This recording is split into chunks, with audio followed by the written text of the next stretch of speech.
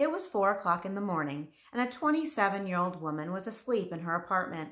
The woman was awakened suddenly when the phone rang. She was a local news anchor and realized she had overslept and was late for work. She told her producer, who was on the phone, that she would hurry and head into the station right away.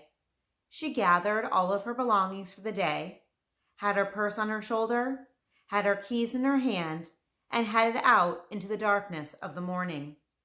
Her car was parked just a few feet away, but something happened before she was able to get to her car. Her belongings were tossed about, and she disappeared, never to be seen again. Hi, I'm Mindy. Welcome to the Missing Link channel. Each cold case and unsolved mystery is just one missing link away from being solved. Hit the subscribe button so you don't miss a video and help us find that missing link. This is the second video in this series on the disappearance of Jody Huisentruit. If you haven't watched the first part yet, you will want to watch it before continuing on with this video. I will put a link to part 1 above. In the first video, we discussed the days leading up to Jody's disappearance, the details about the day before, what happened the morning of. We speculated on what happened during her disappearance, what was left at the crime scene, and the evidence and possible witnesses that day. In this video, we will try to determine who could have done this. As I mentioned in the first video, I see 6 possible scenarios. Let's discuss what could have happened to Jody that morning and who and what caused her disappearance. Like I said, I see 6 possible scenarios. We will discuss each one. Number 1, Jody left on her own power. I think we have to discuss this scenario because it has happened in other missing person cases.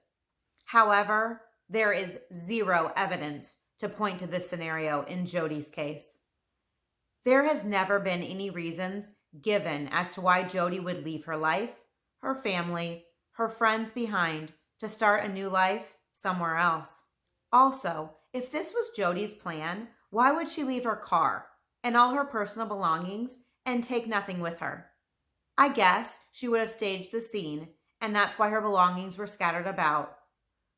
But I haven't heard any reported sightings of Jody being spotted or recognized over the years. So I don't think there is any way that this is what happened that morning to Jody. Number 2, the abduction was a theft gone wrong. Crimes can happen anytime, any day, at any location, to anyone. Was this just a crime of opportunity? Did someone see Jody leave her apartment with her arms full that morning and decide to rob her? Or perhaps steal her car? Did they try to rob Jody and something went terribly wrong? Perhaps she fell, hit her head, or injured herself, and they decided to abduct her instead. If robbery was the motive, these criminals sure failed. Maybe she screamed and they got scared. Why wouldn't they have taken her new car or go into her apartment if they were trying to rob her? The car was still there with the keys lying right beside it, and nothing was missing from the apartment. So I think this isn't a likely scenario.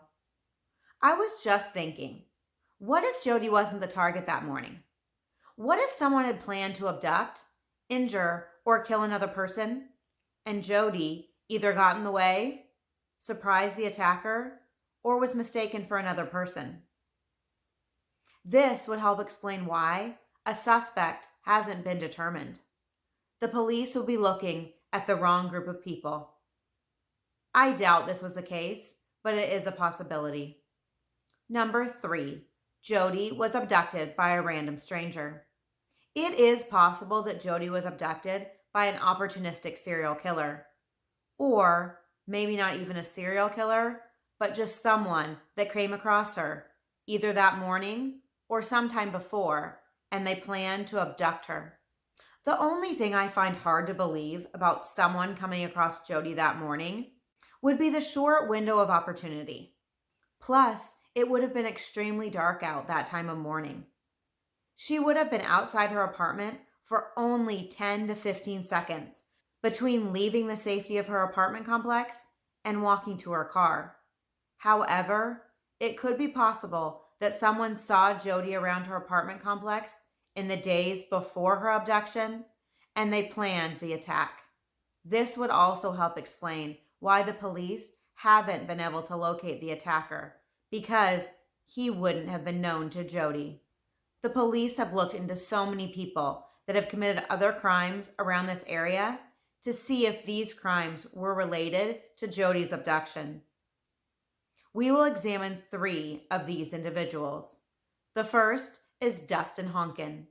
He was actually executed for murder by lethal injection on July 17th, 2020. Many people think he was either involved or knew something about Jody's disappearance. Dustin lived in Iowa. He became a drug dealer while in college in Iowa. He moved to Arizona and began manufacturing and selling meth. One of his associates, Greg Nicholson, was caught by the police. Greg cut a deal with the police and he was forced to wear a wire. Due to the evidence that was found while Greg was wearing the wire, Dustin was arrested. It didn't take long for Dustin to find out who the associate was. He actually found the name of Greg Nicholson in his case file. In 1993, Greg moved in with his girlfriend Lori and her 2 young daughters from Mason City, Iowa. One day, the 4 of them disappeared. A note was found left in the home saying they had to leave quickly and would be in touch later. But Greg, his girlfriend, and her 2 children were never seen again. 7 years later, in 2000, another drug dealer named Angela Johnson said she was at the crime scene when Dustin bound, gagged, and took the 4 to a wooded area. Dustin shot them 2 at a time. First, the 2 adults, Greg and his girlfriend, and then the 2 children. How awful. I can't imagine what these 4 went through, especially 2 innocent children. Dustin was definitely a true monster. Angela and Dustin were given death sentences, but Angela's death sentence was overturned, and she received life in prison without parole. So why do people think that those atrocious crimes would be linked to Jody's disappearance? Did Jody report on this story back in 1993? At that time, it wasn't known that this was a murder, just 4 missing people. At that time, there was no reason to believe there was foul play in their disappearance. There could be a connection between Angela and Jody. Angela was working at the Mason City Country Club in 1995, which was the country club that Jody was the day before her disappearance. But Angela claims she wasn't working the golf tournament that day, and she had changed jobs before this day. After Dustin and Angela were arrested in 2000, people wondered if either or both of them could be connected to Jody's disappearance. But what motive would they have to attack and kill Jody? In 1995, no one would know that Angela and Dustin were involved in the murders. And remember, Jody wasn't an investigative journalist. She just reported the news. Overall, the police do not believe that these 2 were involved in Jody's disappearance, but they were definitely around the area in 1995. Another possible suspect, Tony Jackson, stalked and attacked many women. In 1995, Tony was living in Mason City, Iowa, only 2 blocks from the news station. He attended the community college in Mason City and studied journalism. Just days before Jody's disappearance, Tony broke up with his girlfriend, and his girlfriend had a striking similarity to Jody. Did he come across her news broadcast and for some reason decide to abduct her? He admitted to attending the same bar that Jody liked to go to, and they had met before. After Jody disappeared, he violently assaulted 4 women in Minnesota. When he was arrested, the police found rope and duct tape in his car. He was found guilty and sentenced to life in prison. While in prison, he told another inmate that he abducted a news anchor and killed her. He also wrote a rap song that talked about a body being near a farm silo near Tiffin. Law enforcement went to Tiffin, Iowa, and found a silo that the rap could be referring to. A dog alerted, but no evidence was ever found. However, in rural Iowa, there would be so many possible silos, even around a certain area. The police do not believe Tony was involved in Jody's disappearance. He also denies any involvement. Did the other inmate make up the story about Tony killing a news anchor? I wonder if the other inmate was ever investigated. Could he be the one that was truly involved? Or did Tony just make up the story, bragging to another inmate when in reality there was no truth to his story? The final stranger we will look into is Jerry Burns. In 2018, Jerry Burns was questioned by Cedar Rapids police for the 1979 murder of Michelle Martinko. Jerry Burns was from Manchester, Iowa. Michelle was also a young blonde who was attacked by her car. She was a high school senior. On December 19, 1979, Michelle was at the Westdale Mall parking lot in Cedar Rapids when she was murdered, and her body was left in her car. On December 19, 2018, Jerry was interviewed by the police. They asked him if he had heard of a case from December 1979. He strangely mentioned Jody, saying, "I just seen something about Jody Huisentruit recently." Jerry was later arrested for the murder of Michelle, and the recording of Jerry bringing up Jody was played at his trial. And when it was, people started wondering if he could be involved in Jody's disappearance. People wonder why he would have brought up Jody. One of the detectives said his gut feeling was that Burns was not involved in Jody's disappearance. But instead, when he mentioned Jody, it was probably just nervous banter. There are some key differences between Jody's and Michelle's abduction. First, Michelle's body was left in her car, and the police believe her attack was random. At first, Michelle's former boyfriend was a suspect. There was DNA evidence found from blood at the scene, on Michelle's dress, and on the gear shift in her car. DNA was critical in solving Michelle's case. Police do not believe that this man was involved in Jody's disappearance, since the crime scenes are so different. Michelle was left in her car, while Jody was abducted and taken to another location. However, Michelle was killed in 1979, and Jody disappeared 16 years later. Maybe he didn't want to make the same mistake twice. Maybe he learned from his first crime. When I heard the conversation between Jerry and the police, I thought he almost changed the subject. Maybe he didn't want to talk about Michelle, so he changed the subject to Jody. Jody's story had been on the news during that time. I don't think he would have brought up another one of his crimes. Instead, I think he was bringing up something totally irrelevant to try to buy time to figure out what he was going to say, or just change the subject altogether. Number 4, Jody was abducted by a stalker. Jody was in a profession where having a stalker is unfortunately common. Jody was the anchor of a news broadcast 2 times a day. She would be on the TV in various people's living rooms, giving them the latest news.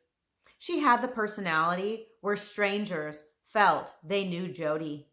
People spent so much time watching Jody on TV and listening to her that they felt they had a connection with her. Jody was good at her job. She really connected to her viewers. Before her disappearance, Jody had told multiple people about strange occurrences that were happening to her. Remember, at the golf tournament, the day before she disappeared, she mentioned that she was going to change her phone number because she was receiving strange calls. She said they were a nuisance, but maybe they were something more. Jody wasn't just receiving strange phone calls. One time, she was out jogging or rollerblading, and a vehicle was following her. It was either a white or black truck. Jody was definitely worried about this occurrence, and she even notified the police. After her abduction, nothing was found at work or in her apartment from a stalker. However, that doesn't prove that she didn't have one. In 1995, people still relied on phone books. Jody's address, including her apartment number and her home phone number, were listed in the phone book, so it would have been very easy for a stalker to find Jody's location. They could watch her, figure out her schedule, and find the best time to abduct her. Since Jody was receiving strange phone calls and the police knew about it, I wonder if the police were able to get copies of Jody's phone logs. Maybe they could have determined who was calling and harassing Jody. Maybe they were involved in her disappearance. I am not positive if this is what happened to Jody, but it is definitely a possibility. Number 5. Jody was abducted by someone who was angry with her concerning something she had learned or reported while on the news. Due to Jody's job, she definitely could have reported about someone, and they weren't happy about it. No one thought Jody had any enemies, but we can't be 100% sure. Maybe Jody didn't even know this individual personally. Jody wasn't involved in any investigative journalism, but she did report the news 2 times a day, morning and noon. She could have angered someone just by what she reported on the news. Others speculated that maybe her abduction had something to do with the drug activity in the area. Did she report about the drug activity and make someone angry? Angry enough for them to abduct and murder her? Police did say that there was definitely drug activity in the area. If it wasn't drug activity, perhaps it was something else she covered or looked into for work. Remember, it would have been easy for someone to get her exact address from the local phone book. And this crime just doesn't seem random, since it seems like someone knew her and her schedule. This is definitely a possible scenario. Number 6. Jody was abducted by someone she knew. Amy, who worked with Jody and was the one who woke her up that very morning, said that no one suspected any coworkers in her disappearance. But Amy did say she thought she knew who was involved, but she wouldn't say who because this person was never listed as a suspect. Usually the first person people would look into would be a husband or a boyfriend. However, Jody didn't have either. Her friend said that she definitely liked to go out and socialize and date, but at the time of her disappearance, she didn't have a serious boyfriend. The final person of interest that the police looked into and many people believe was involved is John Vancise. Remember, John had known Jody for quite a while. He was 22 years older than Jody. He claims they didn't have a romantic relationship, but that they were just friends. He said Jody was like a daughter to him. When they first met, they actually lived in the same apartment complex, and John met Jody at Jody's favorite bar. Later, John moved across town to his own duplex. They remained friends, shared a lot of the same friends. In fact, Jody brought him into her friend group. They traveled to Iowa City with friends the weekend before her disappearance, and John had thrown Jody a surprise birthday party earlier in the month.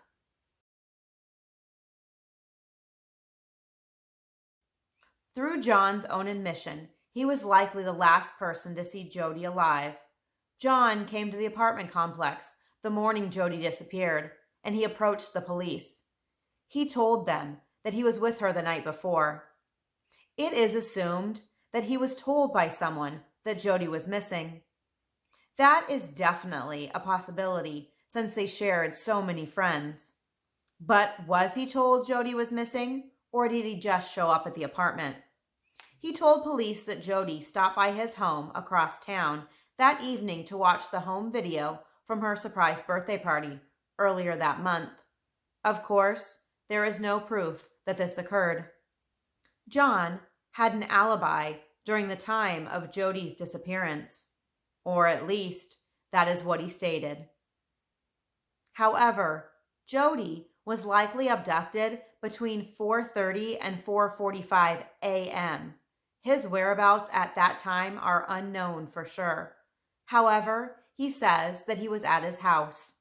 At 6 o'clock, he went for a morning walk with another woman.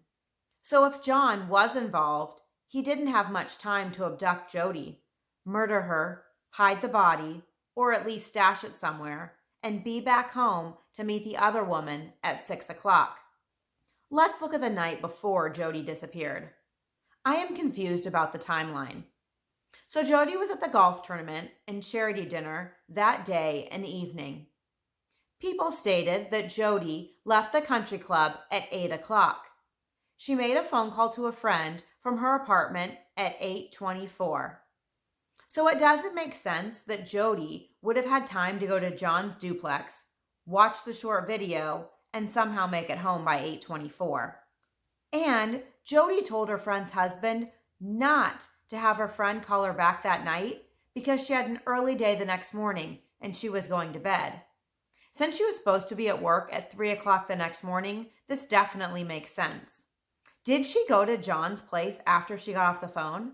Perhaps John called her after she got off the phone and her plans changed from going to bed to going to his place.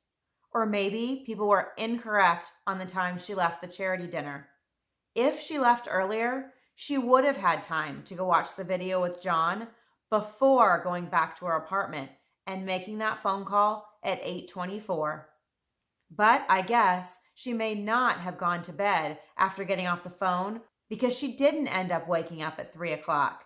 Maybe she was out late, or at least didn't go right to bed. Perhaps someone came over to her apartment that evening, and she was up late. There were 2 kinds of beer in the sink. One Jody's favorite, and then another kind. Did someone come to her house the night before she disappeared? I wonder if any of the beer cans were saved for possible DNA testing. Remember, this was 1995. Remember the time of O.J. Simpson and all of the DNA evidence in his trial? So you would think if there was possible DNA on anything, the police would have at least collected it. Some people speculate that John may have told Jody his true feelings, and she told him that she didn't share his feelings. Perhaps he didn't take this very well. One of Jody's friends said that Jody sent John a card trying to let him down easy. Others described that John was fixated with Jody. After Jody disappeared, one of John's employees explained a weird encounter with John. John was driving one of his young employees home after working, but detoured off into a really dark wooded area that looked over a reservoir. The young man was very nervous. John asked him if he thought that maybe that is where Jody is. The young man thought this was so strange. Eventually, John took him home. Now, this story is completely hearsay, but if it was true, that's pretty creepy. The police explained that John was a person of interest in Jody's disappearance. John has since moved away. At some point, he passed a polygraph test. In 2017, the police asked John to give him a sample of his DNA and fingerprints. I would assume a palm print as well. They also wanted GPS information from some of the vehicles John owned at the time. Maybe the police were looking to see his movements and the movements of his vehicles that morning between 4 o'clock and 6 o'clock, or perhaps even later in the day as well. Some people bring up the fact that John said he was the last person with Jody. However, if John didn't abduct Jody, then her abductor and killer would obviously be the last person. But at the time John stated that he was likely the last one to see her, he may have only known that she was missing, not that she was killed. I read a report that John's health is not good and that he possibly has Alzheimer's or dementia. Let's look at a few more details I think are important. First, how did Jody's key get bent? I see three possible scenarios. 1. She was attacked right after she put the key in the door, but before she got the door open. This attack possibly bent the key and it fell to the ground. Number 2. She used the key to defend herself, and in the process, the key was bent. Number 3. Jody, while being attacked, fell to the ground with the key, and it bent when it hit the pavement. What do you think happened to make the key bend? Do you think one of these scenarios is likely, or maybe another alternative? Second, I have seen multiple photos from Jody's apartment. There is a photo of a stand or table with a TV on it, perhaps in her bedroom or in the living room. There are picture frames on that table. It looks to me that the picture frames do not have a photo inside them, but instead they have the paper that comes with the frame from the store. I think there are two frames that possibly are missing photos. I don't know about you, but I don't throw away the paper that comes with the frame. For some reason, I just put the picture on top of the paper. If what I am seeing is correct, had Jody never added a photo to the frame? Did she remove the photo for some reason? Or did someone else remove the photo from the frames?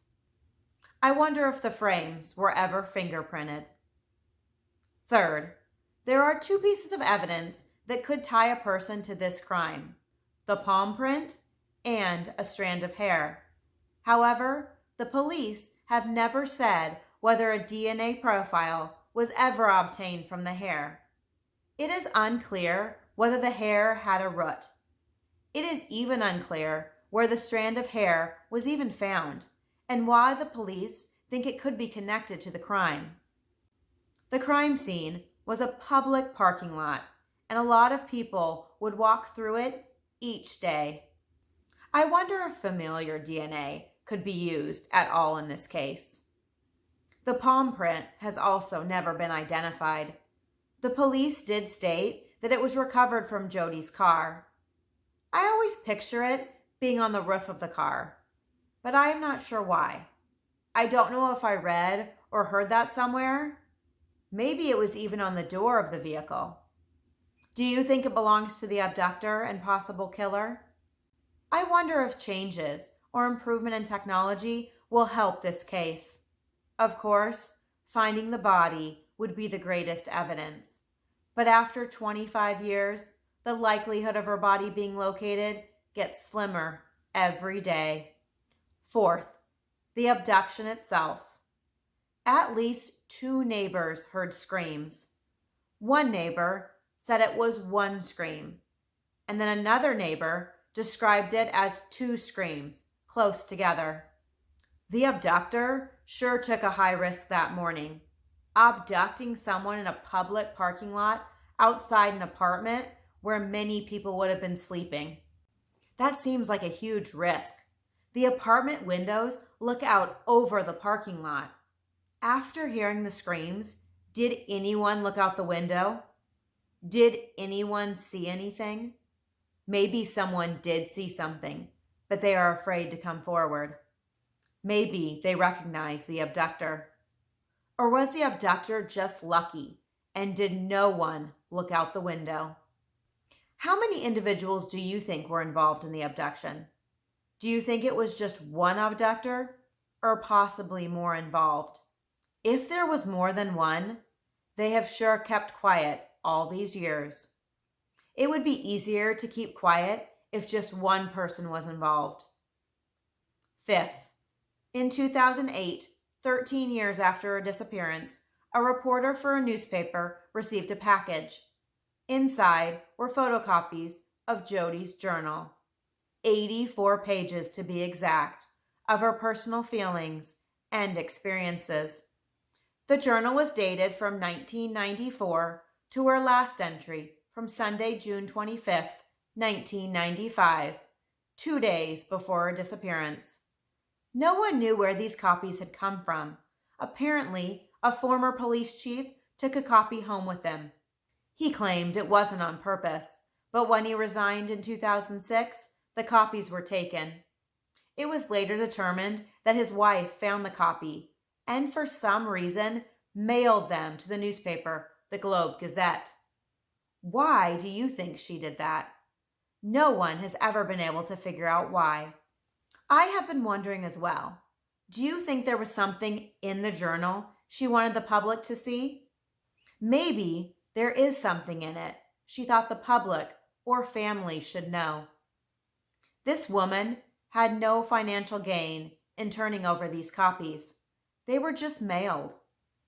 The newspaper did publish some of the pages of the journal in the newspaper. In her journal entry from April 1995, Jody wrote about looking for a new job. She wanted to get into a larger market.